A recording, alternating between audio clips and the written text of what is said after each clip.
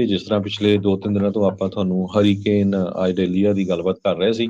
Already ਉਸਨੇ Florida ਦਾ ਜੋ Northern Florida ਤੇ ਸਾਊਥ ਜਾਰਜੀਆ ਦਾ ਏਰੀਆ ਹੈਗਾ ਉਸਨੂੰ ਹਿੱਟ ਕਰਨਾ ਸ਼ੁਰੂ ਕਰ ਦਿੱਤਾ। ਉੱਥੇ 90 ਮੀਲ ਪਰ ਆਵਰ ਦੇ ਹਿਸਾਬ ਦੇ ਨਾਲ ਹਵਾਵਾਂ ਚੱਲ ਰਹੀਆਂ ਤੇ ਬਹੁਤ ਸਾਰੇ ਸ਼ਹਿਰ ਆ ਪਾਣੀ ਨਾਲ ਫਲੱਡ ਵੀ ਹੋ ਗਏ। 250 ਮੀਲ ਦਾ ਲੰਮਾ ਏਰੀਆ ਆ ਸਾਊਥ ਈਸਟ ਦੇ ਵਿੱਚ ਫਲੋਰੀਡਾ ਏਰੀਆ ਦੇ ਵਿੱਚ। ਬਹੁਤ ਸਾਰੇ ਜਿਹੜੇ ਮੇਜਰ ਬ੍ਰਿਜ ਹੈਗੇ ਆ ਕਨੈਕਟ ਕਰਦੇ ਛੋਟੇ-ਛੋਟੇ ਆਈਲੈਂਡਸ ਨੂੰ, ਉਹ ਇਨਐਕਸੈਸੀਬਲ ਆ। ਕਿਉਂਕਿ ਜਿਹੜਾ ਬਹੁਤ ਹੀ ਜ਼ਿਆਦਾ ਵਾਇਲੈਂਟ ਟਰੈਕ ਆ ਇਸ ਜੋ ਹਰੀਕੇਨ ਆ ਉਸਦਾ। ਫਲੋਰੀਡਾ ਦੇ ਨਾਲ-ਨਾਲ ਜਾਰਜੀਆ ਤੇ ਸਾਊਥ ਕੈਰੋਲੀਨਾ ਉੱਥੇ ਵੀ ਜਿਹੜੀ ਆ ਫਲੱਡਿੰਗ ਹੋਈ ਹੈਗੀ ਆ। ਸੋ ਬਹੁਤ ਸਾਰੇ ਲੋਕਾਂ ਨੂੰ ਇਵੈਕੂਏਟ ਵੀ ਕੀਤਾ ਗਿਆ ਹੈਗਾ।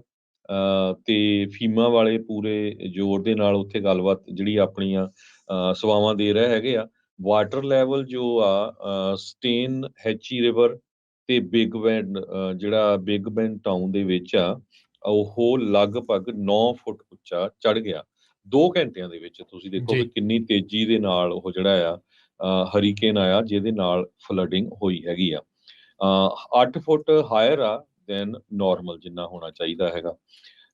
ਤੇ Tampa, Saint Petersburg, Fort Myers beach, ਇਹ ਸਾਰੇ ਏਰੀਏ ਵੀ ਇਹਦੇ ਜਿਹੜੇ ਆ ਪਾਥ ਦੇ ਵਿੱਚ, ਇਹਦੇ ਰਸਤੇ ਦੇ ਵਿੱਚ ਆਏ ਹੈਗੇ। ਜੀ ਬਿਲਕੁਲ, ਫਲੋਰੀਡਾ ਤੇ ਜਾਰਜੀਆ ਦੇ ਉੱਤੇ ਇਸ ਦੀ ਜਿਹੜੀ ਮਾਰ ਜਿਹੜੀ ਉਹ ਰਹਿਣੀ ਆ, ਪਰ ਬਹੁਤ ਸਾਰੇ ਜਿਹੜੇ ਫਲੋਰੀਡਾ ਦੇ ਵਿੱਚ ਰਹਿਣ ਵਾਲੇ ਲੋਕ ਆ ਉਹ ਛੱਡ ਕੇ ਨਹੀਂ ਜਾ ਰਹੇ, ਇਵੈਕੂਏਟ ਉਹ ਕਰ ਨਹੀਂ ਰਹੇ ਹੈਗੇ। ਉਹ ਕਹਿੰਦੇ ਵੀ ਅਸੀਂ ਰਾਈਡ ਆਊਟ ਵੀ ਕਰਨਾ ਜਿਹੜਾ ਆ ਉਹ ਚਾਹੁੰਦੇ ਆ। ਸੋ ਹੁਣ ਦੇਖੋ ਅੱਗੇ ਕੀ ਇਸ ਦੇ ਵਿੱਚ ਬਣਦਾ ਆ। ਹਰੀਕੇਨ ਆਈਡੀਲੀਆ ਜਿਹੜਾ ਆ ਇਹ ਕੈਟੇਗਰੀ 1 ਸਟੋਰਮ ਦੇ ਤੌਰ ਦੇ ਉੱਤੇ ਹਿੱਟ ਜਿਹੜਾ ਉਹ ਕਰ ਲਿਆ ਆ। ਵੈਡਨਸਡੇ ਅਰਲੀ ਜਿਹੜਾ ਇਹ ਲੈਂਡਫਾਲ ਕਰੇਗਾ, ਉਸ ਦੇ ਕਰਕੇ ਮੀਂਹ ਤੇ ਉਹ ਕਾਫੀ ਕੁਛ ਜਿਹੜਾ ਆ ਉਹ ਹੋਊਗਾ। ਸੋ ਆਲਰੇਡੀ ਜਿਹੜਾ ਉਹ ਦੱਸਿਆ ਆ, ਆਲਰੇਡੀ 2.5 ਲੱਖ ਤੋਂ ਵੱਧ ਲੋਕ ਬਿਜਲੀ ਤੋਂ ਬਗੈਰ ਦੱਸੇ ਜਾ ਰਹੇ ਨੇ। ਰਿਕਾਰਡ ਤੋੜ ਪਾਣੀ ਜਿਹੜਾ ਆ ਉਹ ਚੜਿਆ ਆ। ਅਲਾਫੀਆ ਰਿਵਰ ਜਿਹੜੀ ਆ ਉੱਥੇ ਉਹ ਫਲੱਡ ਸਟੇਜ ਦੇ ਉੱਤੇ ਪਹੁੰਚ ਚੁੱਕੀ ਹੈ, ਜਿਹਦੇ ਕਰਕੇ ਰੋਡਸ ਵਗੈਰਾ ਆ ਉਹਨਾਂ ਨੂੰ ਬੰਦ ਕਰਨਾ ਪੈ ਗਿਆ ਆ। ਜੀ ਸਕੂਲ ਦੀ ਬੱਸ ਜ਼ਿਆਦਾਤਰ ਜਿਹੜਾ ਸਟਾਪ ਸਾਈਨ ਹੁੰਦਾ ਆ ਉਹ ਜ਼ਿਆਦਾਤਰ 7 ਫੁੱਟ ਦਾ ਹੁੰਦਾ ਆ। ਸੋ ਪਾਣੀ ਕਹਿੰਦੇ ਆ ਵੀ 10.5 ਫੁੱਟ 11 ਫੁੱਟ ਤੱਕ ਜਿਹੜਾ ਉਹ ਚੜ੍ਹ ਸਕਦਾ ਆ।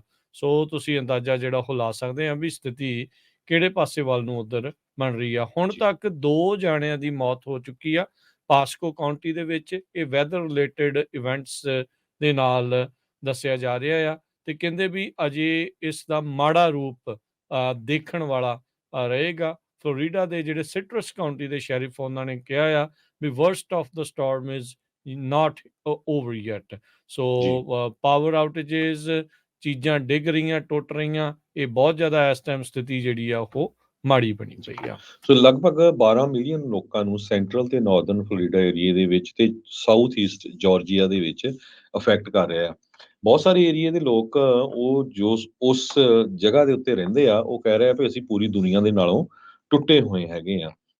ਜਿਸ ਤਰ੍ਹਾਂ ਆਪਾਂ ਦੱਸਿਆ ਹੀ ਆ, ਬ੍ਰਿਜ ਕਈ ਜਗ੍ਹਾ ਤੇ ਕਲੋਜ਼ ਕਰ ਦਿੱਤੇ ਗਏ। ਏਅਰ ਟਰੈਵਲ ਦੀ ਜੇ ਗੱਲਬਾਤ ਕਰਦੇ ਜਾਈਏ, ਹੰਡਰਡਸ ਆਫ ਫਲਾਈਟਸ ਜੋ ਟੈਂਪਾ ਇੰਟਰਨੈਸ਼ਨਲ ਏਅਰਪੋਰਟ ਤੋਂ ਚੱਲਦੀਆਂ ਉਹਨਾਂ ਨੂੰ ਸਸਪੈਂਡ ਕਰ ਦਿੱਤਾ ਗਿਆ ਆ।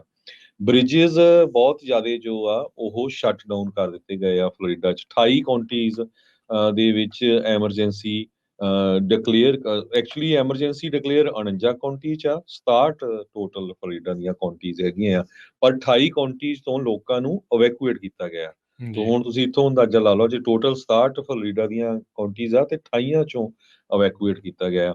2,70,000 ਲੋਕਾਂ ਦੇ ਬਿਜ਼ਨੈਸਿਸ ਤੇ ਘਰਾਂ ਦੀਆਂ ਜੋ ਬਿਜਲੀ ਆ ਉਹ ਚਲੇ ਗਈ ਹੈਗੀ ਆ ਫਲੋਰੀਡਾ ਦੇ ਵਿੱਚ।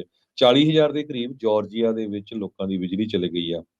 ਹਜ਼ਾਰਾਂ ਦੀ ਗਿਣਤੀ ਦੇ ਵਿੱਚ ਲੋਕ ਸ਼ੈਲਟਰ ਲੈ ਰਹੇ ਹੈਗੇ ਰੈੱਡ ਕਰਾਸ ਦੇ ਥਰੂ। ਸਾਈਟ ਉਹਨਾਂ ਨੇ ਲਾਰਗੋ ਫਲੋਰੀਡਾ ਦੇ ਵਿੱਚ 100 ਤੋਂ ਵੱਧ ਸ਼ੈਲਟਰ ਸੈਟਅਪ ਕੀਤੇ ਹੋਏ ਹੈਗੇ ਆ।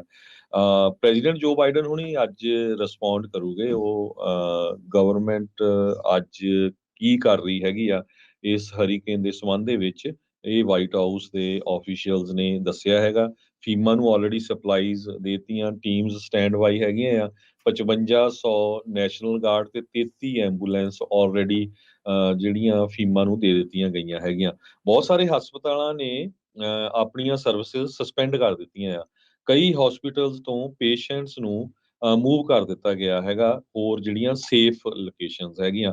ਸਕੂਲਸ ਤੇ ਯੂਨੀਵਰਸਿਟੀ 50 ਦੇ ਕਰੀਬ ਕਾਉਂਟੀ ਦੇ ਸਕੂਲ ਡਿਸਟ੍ਰਿਕਟਸ ਤੇ ਦਰਜਨ ਦੇ ਕਰੀਬ ਕਾਲਜਸ ਤੇ ਯੂਨੀਵਰਸਿਟੀਜ਼ ਬੰਦ ਕਰ ਦਿੱਤੀਆਂ ਗਈਆਂ ਆ। 4000 ਦੇ ਕਰੀਬ ਜਿਹੜੇ ਕੈਦੀ ਆ ਉਹਨਾਂ ਨੂੰ ਇਵੈਕੂਏਟ ਕਰ ਦਿੱਤਾ ਗਿਆ ਹੈਗਾ।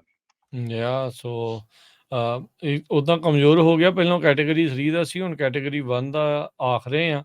ਪਰ ਉਹ ਜਿਹੜਾ ਸਟਾਈਨਹਾਈਚ ਰਿਵਰ ਦੇ ਵਿੱਚ ਆਪਾਂ ਦੱਸਿਆ ਵੀ 2 ਘੰਟਿਆਂ 'ਚ 9 ਫੁੱਟ ਪਾਣੀ ਵੱਧ ਗਿਆ, ਉਹਦੇ ਕਰਕੇ ਇਹ ਜਿਹੜੀ ਫਲੈਸ਼ ਫਲੱਡਿੰਗ ਤੇ ਸਭ ਕੁਛ ਨੁਕਸਾਨਿਆ ਜਿਹੜਾ ਉਹ ਜਾ ਰਿਹਾ ਆ।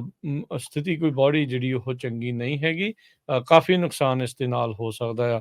ਕਿ ਕੁਛ ਸਮਾਂ ਪਹਿਲਾਂ ਵੀ ਆਪਾਂ ਗੱਲ ਕੀਤੀ ਸੀ ਵੀ ਕੁਦਰਤੀ ਆਫਤਾਂ ਦੇ ਕਰਕੇ ਤੇ ਇਹ ਜਿਹੜੀਆਂ ਮੁਸ਼ਕਿਲਾਂ ਆ ਲਗਾਤਾਰ ਵੱਧਦੀਆਂ ਜਾ ਰਹੀਆਂ। ਅੱਗੇ ਕਿਤੇ 10 ਸਾਲ ਹੀ ਇਦਾਂ ਦੀ ਚੀਜ਼ ਹੋਣੀ ਸੀ, ਹੁਣ ਇਹ ਹਰ ਸਾਲ ਦੂਜੇ ਸਾਲ ਜਿਹੜੀ ਆ ਇਦਾਂ ਦੀਆਂ ਘਟਨਾਵਾਂ ਜਿਹੜੀਆਂ ਫ੍ਰੀਕੁਐਂਸੀ ਇਸ ਦੀ ਬਹੁਤ ਜ਼ਿਆਦਾ ਵੱਧ ਰਹੀ ਆ। ਕੁਝ ਸਾਲ ਪਹਿਲਾਂ ਮੈਂ ਵੀ ਫਲੋਰੀਡਾ ਨੂੰ ਇਦਾਂ ਹੀ ਜਿੱਦਾਂ ਜਾਣਾ ਸੀਗਾ, ਉਹਨਾਂ ਦਿਨਾਂ ਦੇ ਵਿੱਚ ਹੀ ਇਦਾਂ ਹੀ ਸੀਗਾ ਵੀ ਉਦੋਂ ਉੱਥੇ ਹਰੀਕੇਨ ਨੇ ਜਿਹੜਾ ਲੰਘਣਾ ਸੀਗਾ। ਪਰ ਫਲੋਰੀਡਾ ਵਾਲੇ ਲੋਕ ਇਸ ਦੇ ਬੜੇ ਆਦੀ ਆ। ਇਹ ਵੀ ਗੱਲ ਜਿਹੜੀ ਉਹ ਮੰਨਣੀ ਪੈਣੀ ਆ, ਉਹ ਰੈਜ਼ੀਲੀਐਂਟ ਕਾਫੀ ਨੇ, ਤਗੜੇ ਨੇ। ਪਰ ਹਰ ਸਾਲ ਇਦਾਂ ਜੇ ਹੋਣ ਲੱਗ ਜੇ ਤਾਂ ਅਕਸਰ ਜਿਹੜਾ ਇਲਾਕਾ ਉਹ ਚੀਜ਼ਾਂ ਦਾ ਜਿਹੜਾ ਟੁੱਟ ਜਾਂਦਾ, ਇਨਫਰਾਸਟ੍ਰਕਚਰ ਦਾ ਵੀ ਧੂੰਆਂ ਜਿਹੜਾ ਇਸ ਦੇ ਵਿੱਚ ਨਿਕਲ ਜਾਂਦਾ ਆ। ਤੇ ਕਹਿੰਦੇ ਵੀ ਜਿਹੜਾ ਸੁਪਰ ਮੂਨ ਆ ਉਹਦੇ ਨਾਲ ਹਰੀਕੇਨ ਆਈਡੀਲੀਆ ਦੇ ਵਿੱਚ ਜਿਹੜੀਆਂ ਟਾਈਡਸ ਆ ਉਹ ਹੋਰ ਜ਼ਿਆਦਾ ਉੱਚੀਆਂ ਹੋ ਸਕਦੀਆਂ ਆ ਜਿੱਦਾਂ ਹੀ ਸਟਾਰਮ ਨੇ ਲੈਂਡਫਾਲ ਹੋਣਾ ਆ। ਸੋ ਰੇਅਰ ਬਲੂ ਸੁਪਰ ਮੂਨ ਆ ਵੈਡਨਸਡੇ ਨੂੰ, ਅੱਜ ਜਿਹੜਾ ਰਾਤ ਨੂੰ ਕਹਿੰਦੇ ਵੀ ਸਭ ਤੋਂ ਵੱਡਾ ਚੰਨ ਜਾਂ ਕਹ ਲਓ ਵੀ ਨਜ਼ਦੀਕ ਹੋਊਗਾ ਧਰਤੀ ਦੇ, ਉਹਦੇ ਕਰਕੇ ਜਿਹੜਾ ਟਾਈਡਸ ਦੇ ਵਿੱਚ ਵੀ ਜਿਹੜਾ ਹੋਰ ਜ਼ਿਆਦਾ ਅਸਰ ਪੈ ਸਕਦਾ ਹੈ ਤੇ ਫਲੱਡਿੰਗ ਜਿਹੜੀ ਟਾਈਡਲ ਫਲੱਡਿੰਗ ਆ ਉਹਦੇ ਨਾਲ ਹੋਰ ਜ਼ਿਆਦਾ ਮਾੜੀ ਹੋ ਸਕਦੀ ਆ। ਫਲੋਰੀਡਾ ਚੋਂ ਲੰਘਦਾ ਹੋਇਆ ਬਾਅਦ 'ਚ ਇਸ ਹਰੀਕੇਨ ਨੇ ਆਪਣਾ ਜਿਹੜਾ ਅਸਰ ਇਸ ਦੇ ਗਵਾਂਢੀ ਸੂਬਿਆਂ 'ਚ ਜਾਰਜੀਆ, ਸਾਊਥ ਕੈਰੋਲੀਨਾ ਤੱਕ ਵੀ ਜਿਹੜਾ ਉਸ ਅਸਰ ਆ ਉਹ ਦੇਖਣ ਨੂੰ ਮਿਲੇਗਾ। ਜੀ